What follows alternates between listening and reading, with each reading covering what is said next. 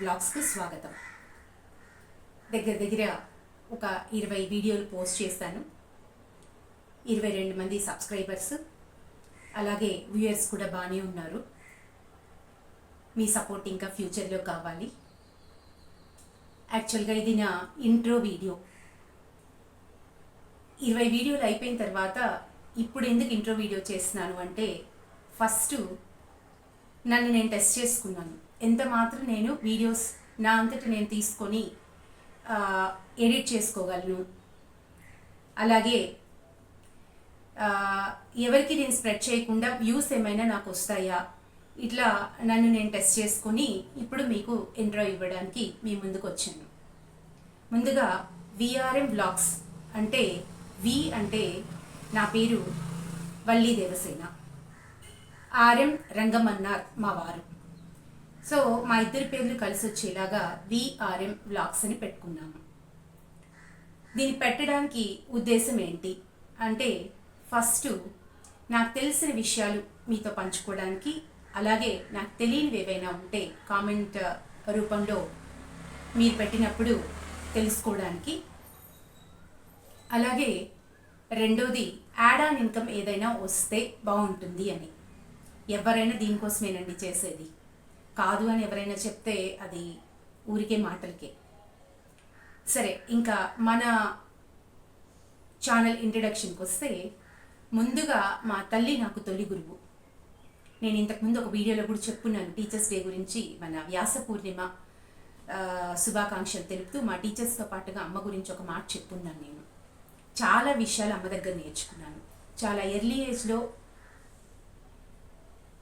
పెళ్ళయి ఒక అత్తగారింటికి వచ్చిన తర్వాత అత్తగారితో ఒక పాజిటివ్ బాండింగ్ పెంచుకొని, వంట చేయడం దగ్గర నుంచి, పిల్లల్ని పెంచడం దగ్గర నుంచి, బంధువుల్ని అందరినీ సంభాళించడం వరకు ఆవిడ ఎలా చేసుకుంది, ఒక సమస్య వస్తే ఇంట్లో ఎట్లా పరిష్కరింపబడేది, అసలు సమస్య రాకుండా ఎలా చూసుకోవాలి, ఇవన్నీ.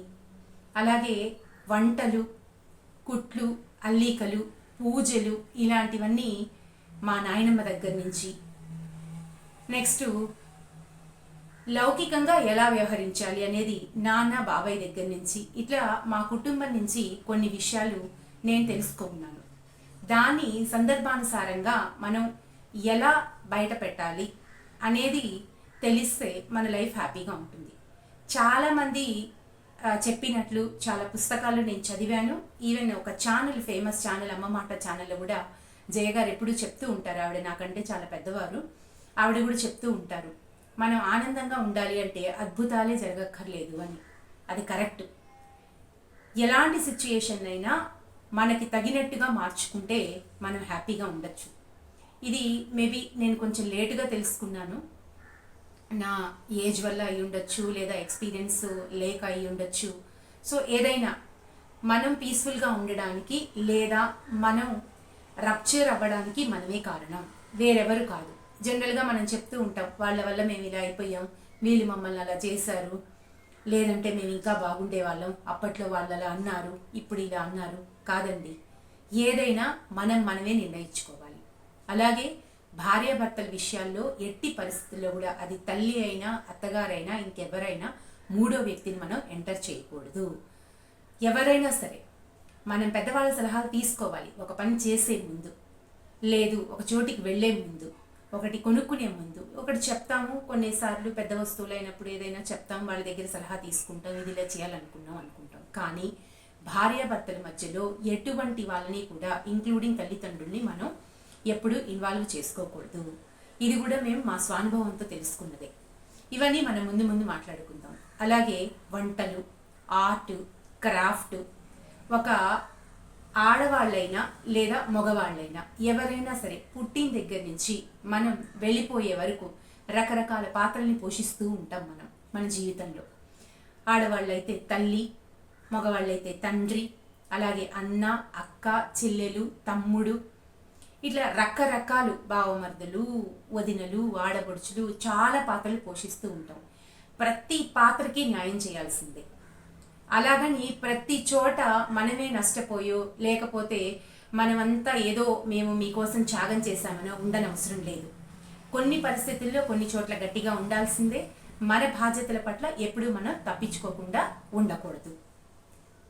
ఖచ్చితంగా కొన్ని చోట్ల తప్పించుకోవాలి, కొన్ని చోట్ల తప్పించుకోకూడదు. ఇది ఖచ్చితంగా మనం పాటించాలి. సో ఇలాంటివన్నీ కూడా నేను నా ఇప్పటి వరకు గడిపిన లైఫ్లో ఇలాంటివి నేను ఏం నేర్చుకున్నాను అనేది మీతో షేర్ చేసుకోవడానికి. నెక్స్ట్ ముందుగా చెప్పినట్టు ఇన్కమ్ ఏదైనా వస్తే దాన్ని మా ఫ్యామిలీకి యాడ్ ఆన్ ఇన్కమ్ చేసుకోవడానికి మాత్రమే నేను యూట్యూబ్ ఛానల్ అనేది స్టార్ట్ చేశాను. సో వంటలు, ఈరోజు వంటలు తీసుకున్నాం అనుకోండి, ప్రతి వాళ్ళు చాలామంది వంటల ఛానల్స్ పెట్టున్నారు. మరి ప్రత్యేకించి మనం వంటలు చేయాలి అని ఎందుకు చెప్తున్నానంటే, ఒక 15 ఏళ్ల క్రితం ఎగ్జాంపుల్ నేను ఒకటి మీకు చెప్తాను. అప్పుడు నేను మా అమ్మ వాళ్ళ ఇంట్లో ఉన్నాను. పక్కన భాను గారని ఒక అత్తయ్య ఉండేవాళ్ళు అనమాట. అంటే ఇప్పుడు ఆంటీ అట్లా పిలుస్తున్నాం, కానీ అప్పుడు చుట్టుపక్కల వాళ్ళని పెద్దమ్మ, అత్త ఇట్లే పిలిచేవాళ్ళం. ఆవిడకి అప్పటికే ఒక 45-47 సంవత్సరాలు ఉంటాయి. వాళ్ళ పెద్ద పాపకు పెళ్లి చేశారు, అల్లుడు వచ్చారు. వేరుశనగ పప్పు చట్నీ చేయమని అడిగితే ఆవిడకి వేరుశనగ పప్పు వేయించాలి అని తెలీదు. డబ్బాలోంచి పచ్చిపప్పు తీసుకుని చట్నీ చేసేస్తే అది బంకలుగా వచ్చింది. ఆవిడ అమ్మ దగ్గరికి వచ్చారు, జానక్ గారు ఏంటి ఇలా అయిపోయింది, ఇట్లా ఎందుకు వస్తుంది, మీరు ఎప్పుడైనా ఇస్తే ఇట్లా ఉండదు కదా అని. ఎలా చేశారు ఏంటి అంటే, తెలిసిన విషయం, వేరుశనగ పప్పు వేయించలేదు. అంటే ఎక్కడో ఒక చోట ఇంకా వంట రాని వాళ్ళు, లేదా అన్ని వంటలు తెలిసిన కొన్ని రకాల వంటల్లో ఇలాంటి చిటుకులు చిట్కాలు తెలియని వాళ్ళు ఉంటారండి. సో అందుకని వంటలు, నెక్స్ట్ కుట్లు, పెయింటింగ్స్.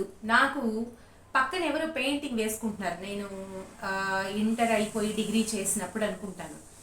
నేర్పించడానికి నాకు అక్కడ వాళ్ళు రాలేదు. చాలాసార్లు వాళ్ళని అడిగాను, వాళ్ళు హెల్ప్ చేయలే. అమ్మ కూర్చోబెట్టి, అప్పటికి యూట్యూబ్లో ఏమి లేవు కూడా, నువ్వు ఇలా చేయి అని ఆవిడ పెద్ద ప్రొఫెషనల్గా లేకపోతే ఆవిడకేదో తెలిసి కాదు, ప్రాక్టీస్ చెయ్యి, ఇలా చేసుకొని ఒక గైడెన్స్ ఇచ్చారనమాట. సో ఇట్లాంటివన్నీ. అలాగే పిల్లలు ఉన్నారనుకోండి, పిల్లల్ని పర్టికులర్గా టీనేజ్ పిల్లలతో మనం ఎలా సంభాళించుకోవాలి. ఈ రోజుల్లో కామన్గా ఒక సమస్య చెప్తాను, పిల్లల చేతులు ఎప్పుడు మొబైల్ ఉంటుంది, వెరీ కామన్ అయిపోయింది. అది తప్పు, మనం అవాయిడ్ చేయాలి ఏదో రకంగా. ఏ చుట్టుపక్కల వాళ్ళు లేదంటే బంధువులు వచ్చారనుకోండి, చుట్టుపక్కల వాళ్ళైనా కొంతవరకు పర్వాలేదు, బంధువులు వస్తే కొంతమంది నోరు వాళ్ళకు ఉండబట్టలేక వెంటనే అనేది, అమ్మ ఎక్కువ ఫోన్ వాడద్దు అంటే సరిపోతుంది, ఏంటి బాయ్ ఫ్రెండ్తో మాట్లాడుతున్నావా, గర్ల్ ఫ్రెండ్తో మాట్లాడుతున్నావా, ఇట్లాంటి మాటలు అనేస్తారు. ఇది మన పిల్లల్ని చాలా హర్ట్ చేస్తుంది, మనకి కూడా బాధేస్తుంది. కాబట్టి ఇట్లాంటి సిచ్యుయేషన్స్ ఏవైనా వస్తే ఎలా హ్యాండిల్ చేయాలి, వాళ్ళని ఒప్పించకూడదు, బయట నుంచి వచ్చారు కాబట్టి మన పిల్లలకి ఇబ్బంది కలగకుండా. సో ఇట్లా చాలా విషయాలు, మనం ఎన్ని పాత్రలు పోషించి ఎన్ని రకాల విషయాల్లో మనం ఇన్వాల్వ్ అయ్యి ఉంటామో, ప్రతి చోట మనం విజయమే సాధించాలని ఉండదు, కొన్నిసార్లు అపజయాలు కూడా ఉంటాయి, దాని నుంచి ఏం నేర్చుకోవచ్చు. అలాగే ఆర్థిక స్వావలంబన, ఇది లేనందువల్ల లేదా ఇది తెలియనందువల్ల నేను పడ్డ పెద్ద ప్రాబ్లం ఏంటి, ఓకే, ఇట్లాంటివన్నీ మనం మాట్లాడుకుంటూ హ్యాపీగా కొన్ని వ్లాగ్స్ చేసుకుందాం. సో దానికి మీ సపోర్ట్ కూడా కావాలి. వ్లాగ్స్ మీకు నచ్చినట్లయితే దయచేసి లైక్ చేయండి, షేర్ చేయండి, సబ్స్క్రైబ్ చేయండి, సపోర్ట్ చేయండి. మీకు ఏదన్నా డౌట్స్ ఉన్నా లేదంటే సలహాలున్నా కామెంట్ సెక్షన్లో తెలియచేయండి. సో ప్రొఫెషనల్గా మా వారు మ్యాథ్స్ లెక్చరరు, ఆయన ఎంఎస్సి కంప్లీట్ చేశారు, నేను ఎంఎస్సి కంప్లీట్ చేసి నేను టీచర్గా వర్క్ చేస్తున్నాను. వృత్తిరీత్యా మేము తమిళనాడులో ఉంటున్నాం. మా పిల్లలు, మా బాబు హోటల్ మేనేజ్మెంట్ అయిపోయింది, జాబ్ చేస్తున్నాడు, పాప అలాగే బీటెక్ కంప్లీట్ చేసింది. సో నా పూజలు కానీ, వంటలు కానీ, వ్లాగ్స్ ఏదైనా సరే, మీకు ఏ డౌట్స్ ఉన్నా లేదా సలహాలు ఉన్నా నాకు కామెంట్ సెక్షన్లో తెలియచేయండి. అలాగే ఖచ్చితంగా సపోర్ట్ చేస్తారని ఆశిస్తూ, జై శ్రీకృష్ణ.